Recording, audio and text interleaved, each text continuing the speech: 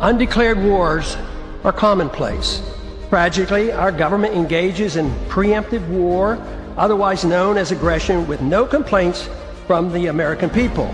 Sadly, we have become accustomed to living with the illegitimate use of force by government. To develop a truly free society, the issue of initiating force must be understood and rejected.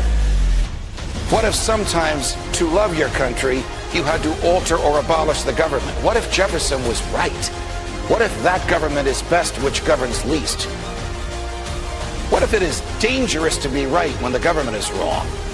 What if it is better to perish fighting for freedom than to live as a slave?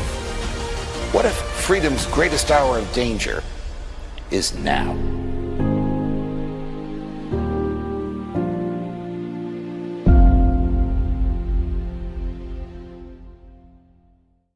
Hi, everyone. Judge Andrew Napolitano here for Judging Freedom. Today is Thursday, January 15th, 2026. My dear friend Aaron Maté joins us now. Aaron, thank you very much for your time, as always. What is your understanding of the current state of affairs in the streets in Iran? Are the demonstrators formerly whipped up by Mossad, MI6, and CIA still demonstrating against the government, or are ordinary folks demonstrating in favor of the government, or is it some other state of affairs? I know that Iran has reopened its airspace, so that's a sign that things are returning to normal. And we've seen footage that has come out of there were funerals held for protesters who were killed, for state security forces who were killed. So I think there's an attempt right now by the government to project an air of normalcy. The problem Iran faces is that it's still under these crippling sanctions that make life very, very difficult. And even though this phase of this unrest appears to have quieted down, that's going to remain a very, very big problem. And the protesters who initially came out in Tehran's Grand Bazaar, they have legitimate grievances. I mean, there is mass corruption, there is mismanagement, and that's going to have to be addressed. And that's the question going forward. It does appear for now, on the positive side, that Trump has backed off his threats to bomb Iran. But still, Iran will face the dual problem of having to address corruption and mismanagement within, while also constantly facing the threat of aggression from Israel and the U.S. while living under crippling sanctions that make everything extremely, extremely difficult. How adept have CIA, MI6, and Mossad been at manipulating, this is your bailiwick, manipulating Western media into feeding everybody in the West misinformation that this is some spontaneous objection to the government's attitude about Israel?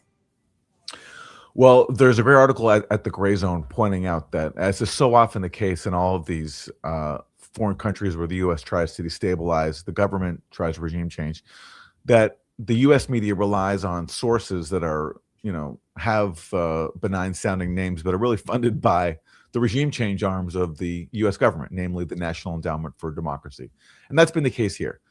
There's undoubtedly deaths that have happened in Iran over these past few weeks, and undoubtedly protesters killed by security forces. What gets omitted is that there was violence against the state. There's footage of that. And what also gets totally inflated is the death toll. So we've seen, for example, CBS News report that an estimated 12,000 people were killed with no evidence whatsoever. And what happens is you get a group funded by the National Endowment for Democracy to come up with some figure. The U.S. media then parrots that figure and doesn't mention to its audience that the group is literally funded by the U.S. government, and then that gets spread, and that helps foment momentum for U.S. intervention. We've seen that playbook happen so many times. Libya, Syria, Gaza after October 7th, the claim of dozens of beheaded babies. This is the standard playbook of atrocity propaganda to essentially manufacture consent to commit more atrocities by intervening in the country and bombing. This time, it didn't work because I think Trump realized that his options were very limited if he wanted to bomb Iran. But the playbook is the same. You mentioned CBS. Is CBS becoming a propaganda arm for the Netanyahu regime? Absolutely. I mean, that was why the Ellisons, David and Larry Ellison, bought CBS. The Ellisons are the largest single private donor to the Israeli army, and they've talked about openly about how they see their mission as, building public support for Israel. And so to run CBS, they tapped Barry Weiss, a opinion journalist with no actual newsroom experience. And even though the ratings have dropped during Barry Weiss's tenure, it doesn't matter, because the point of buying CBS for the Ellisons is to just make it even more pro-Israel and also curry favor with the Trump administration, because they also want to expand their media empire, including to CNN, by buying a whole other news network. And Trump has told people that he's received assurances privately from the Ellisons that under their rule, CBS will become more pro-Trump. So even though the ratings are declining, even though Barry Weiss has been killing stories that are critical of the Trump administration, it doesn't matter. She's doing the job she was hired to do, which is curry favor with Trump and manufacture support for Israel. She's doing the job she was hired to do, even though she doesn't know what the hell she's doing. That's exactly right. That's why she was hired for it. Well, does it appear to you that Trump's attitude about what's going on in the streets, or was going on in the streets of Tehran, is molded by what was whispered into his ear by Netanyahu? Well, that's totally fair speculation. I mean, recall that Netanyahu visited Trump over the holidays, and we know what Netanyahu's agenda is. He wants to take out Iran's air defenses. That's why he bombed Iran last time. The whole fiction that we were told was that Iran is close to acquiring nuclear weapons, so therefore we have to bomb. Israeli officials then quickly admitted that no, the real reason was that Iran was rebuilding its air defenses, its ability to defend itself from Israeli-U.S. aggression. And that's why Israel bombed then, because there was a window of opportunity before those air defenses would be rebuilt. And the same thing is happening now. Mike Pompeo was on Fox News just a few days ago, and he said, we can't let them rebuild their air defenses because that would help them take out Western aircraft. So the fiction that we're attacking Iran over its nuclear weapons program, which doesn't even exist, that was quickly discarded.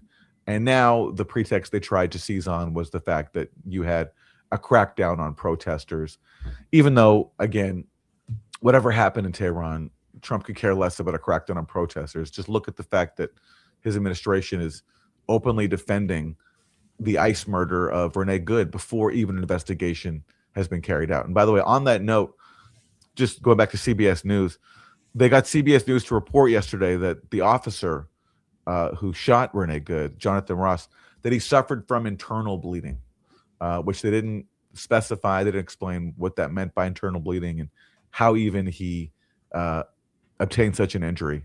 They're just there to manufacture propaganda for Trump. And that includes, in this case, justifying the murder of a U.S. protester.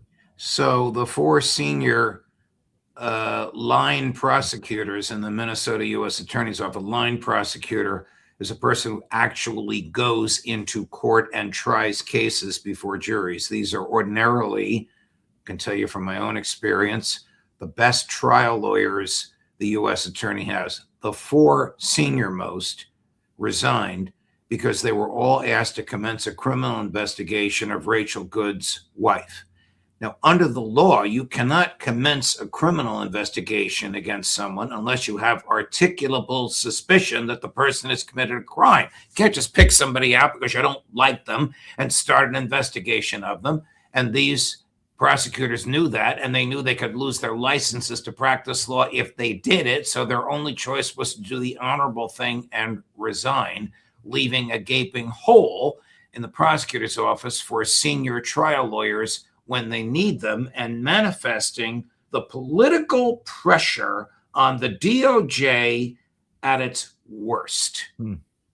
It's an unbelievable story. On the video, you can see Renee Good's partner taunting the ICE officer, Jonathan Ross, saying perfectly protected speech. Yeah, exactly.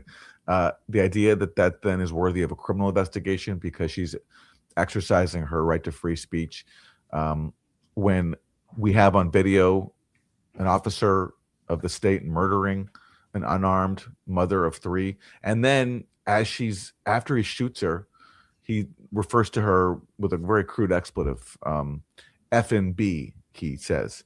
I'm censoring the actual expletive.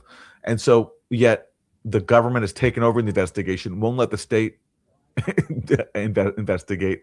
And you have J.D. Vance out there every single day justifying all this and saying that this is perfectly legal. So the timing here of Trump saying he wants to intervene in Iran if they kill protesters, it adds to the complete farce of the U.S.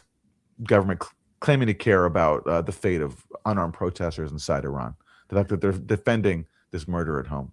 Chris, do we have the sound on tape of Stephen Miller? Well, here's the new head of the Gestapo. Watch this. To all ICE officers, you have federal immunity in the conduct of your duties. And anybody who lays a hand on you or tries to stop you or tries to obstruct you is committing a felony. You have immunity to perform your duties, and no one, no city official, no state official, no illegal alien, no leftist agitator or domestic insurrectionist can prevent you from fulfilling your legal obligations and duties. And the Department of Justice has made clear that if officials cross that line into obstruction, into criminal conspiracy against the United States or against ICE officers, then they will face justice. I guess he forgot about Lon Horiuchi, the sharpshooter at Ruby Ridge, who was prosecuted for manslaughter upheld by the federal courts in the Ruby Ridge case, a horrible case. We don't even have to go through the details, but what he's saying is not an accurate description of the law whatsoever. This fellow, Jonathan, what is his last name? Ross. Jonathan Ross can and should be prosecuted for manslaughter, but the state can't prosecute him or charge him until it has the evidence. And who has obstructed state justice by seizing the evidence? The feds. And who has prejudged this case? J.D. Vance called the dead woman a left-wing terrorist. Even if she were a left-wing terrorist, it doesn't justify shooting her in the head when she's turned her wheels to get away from you. This may be a pivotal and seminal moment in American history. Yeah, and what I wonder about J.D. Vance is, obviously the facts here, morality doesn't matter to him. The fact that he's come out and said that she basically deserved to be killed.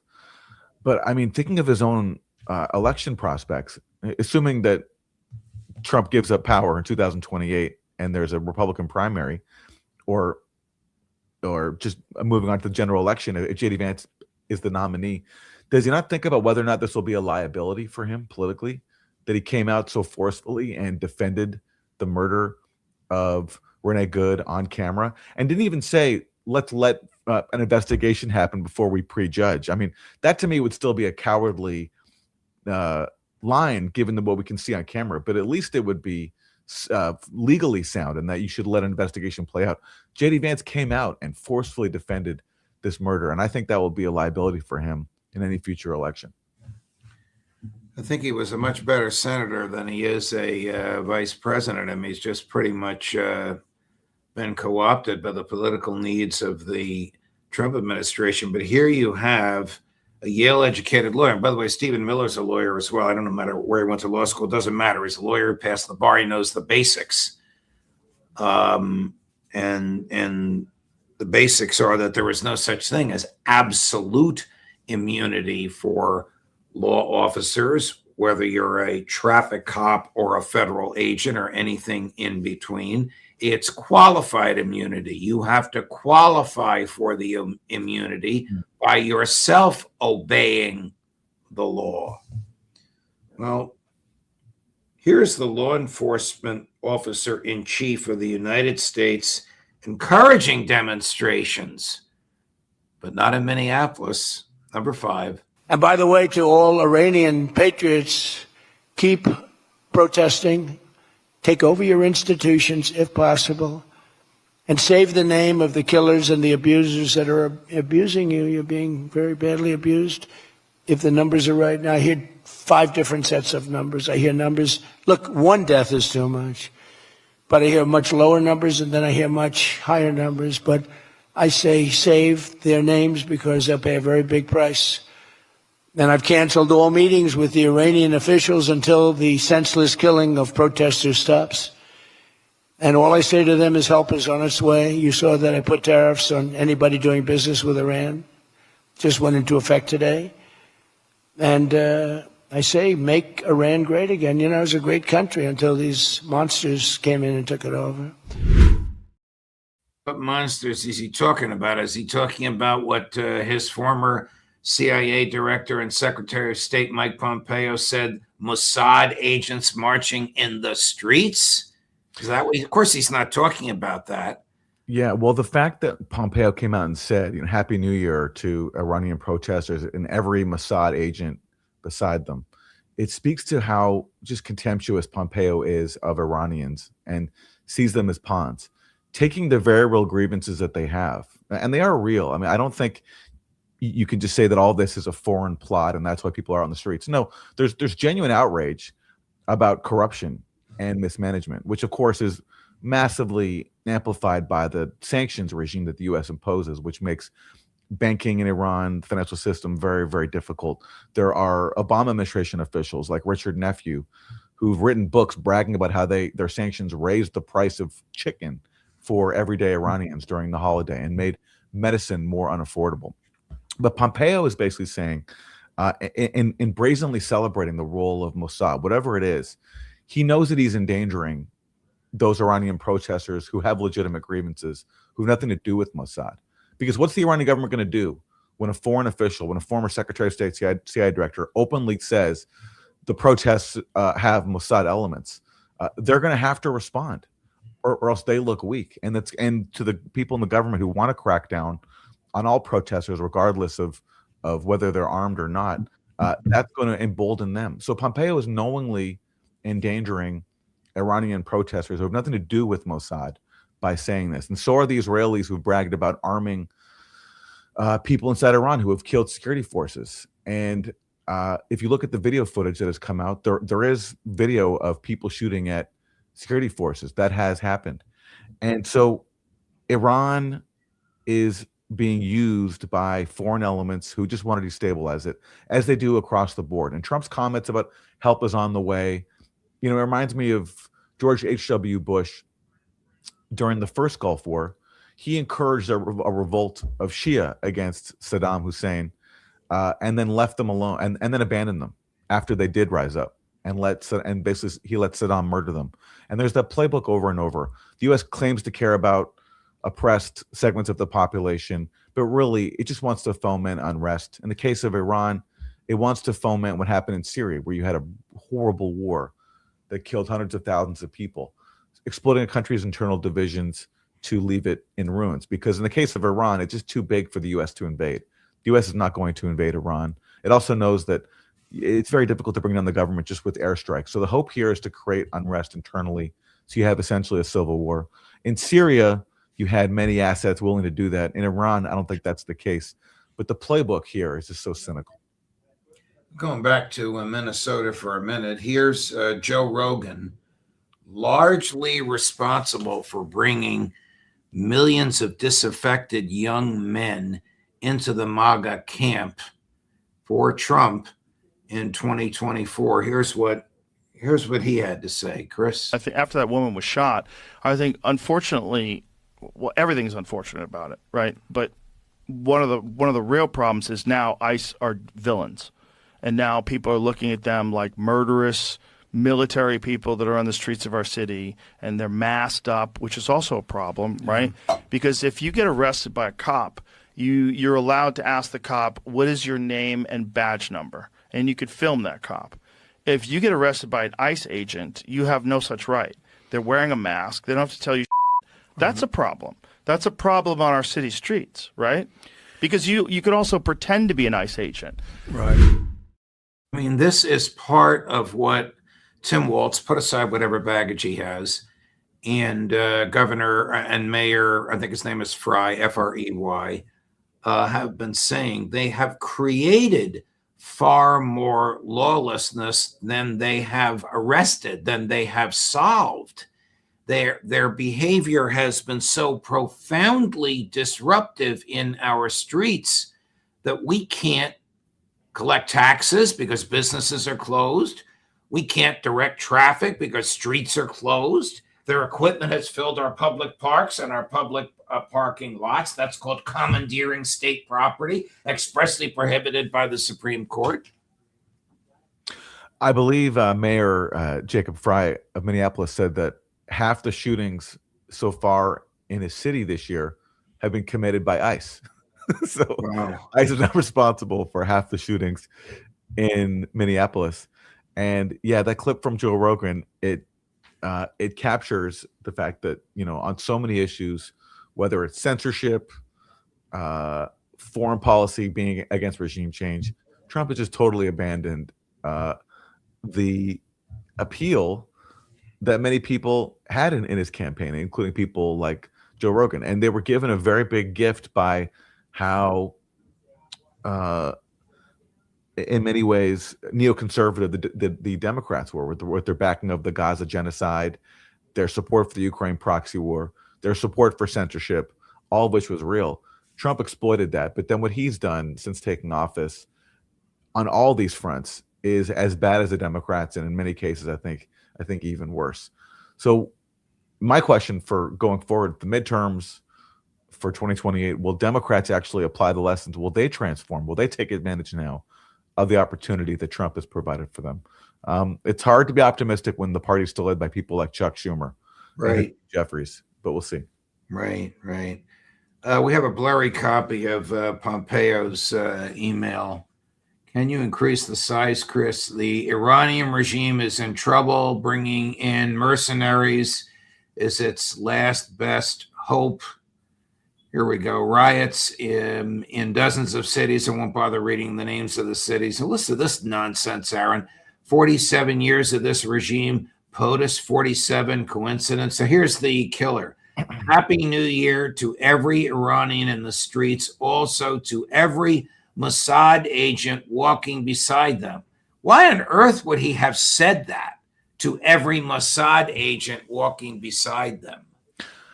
I think, well, first of all, it's just colonial hubris. Like it doesn't occur to him how bad it looks to anybody sensible to be bragging about a foreign intelligence service, being involved in protests.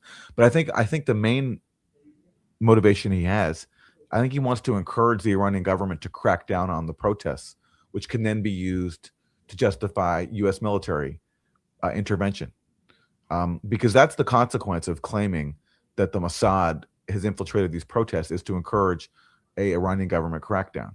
So I think he wants to basically sacrifice peaceful Iranian protesters for his aims of regime change. And it's the same playbook. Mike Pompeo was very proud of the sanctions he reimposed on Iran by walking away from the Iran nuclear deal. So what you do is you create economic hardship. You then turn around and look and point to that economic hardship and say, look at the Iranians, they can't run their own economy. Everyone's miserable. We have to intervene. The same playbook in Venezuela too. Look at all these people that are leaving Venezuela because of mismanagement, while admitting that the sanctions that you imposed on these countries from Venezuela to Iran is a major factor in causing this hardship. And so similar lines here, claiming that the Mossad is involved in these protests, thereby encouraging a crackdown, and then using the crackdown to justify military intervention. And why does people like Mike Pompeo and the Israeli government, why do they want to destroy Iran? It's because, and they make it very clear, it's because Iran supports actors in the region who resist U.S.-Israeli aggression. And they claim that Iran is an existential threat to Israel and wants to see it destroyed. Iran, just like Hamas, has previously accepted the global consensus for resolving the problem at the heart of all Middle East strife, which is the denial of Palestinian rights. Iran supported in 2017 a resolution from the Organization for Islamic Cooperation calling for a two-state solution, which is the global consensus for how to resolve this, giving Palestinians just 22% of their stolen homeland. Iran supported it. That same year, Hamas revised their charter to also say in their own way that they support it. It's only Israel and the U.S., because they'd rather dominate the region. They don't want to have peace, that reject it. And so therefore, the most powerful state in the region that resists them has to be broken up and destroyed. And in case of Mike Pompeo, that not only means imposing sanctions that make life difficult for ordinary Iranians, it also means sacrificing them, encouraging an Iranian government crackdown to give him and his friends a pretext to go in and bomb the country and destroy it. Aaron, a great conversation as always. Thank you very much, my dear friend. All the best to you. We'll look forward to seeing you next week. Thank you, Judge. Thank you. Coming up at 1 o'clock this afternoon on all of this, Colonel Lawrence Wilkerson. At 2 o'clock this afternoon, a special, What is America First? The debate between the conservative Dinesh D'Souza and the libertarian Dave Smith. I will be moderating the debate, even though I know both of these guys and have known them for years. I will be wearing my neutral judicial hat. This is sponsored by our friends at Zero Hedge, but it'll be seen here on Judging Freedom. And then at 3:30 this afternoon, who else for the end of the day, the end of this week almost, Professor John Mearsheimer, Judge Napolitano for Judging Freedom.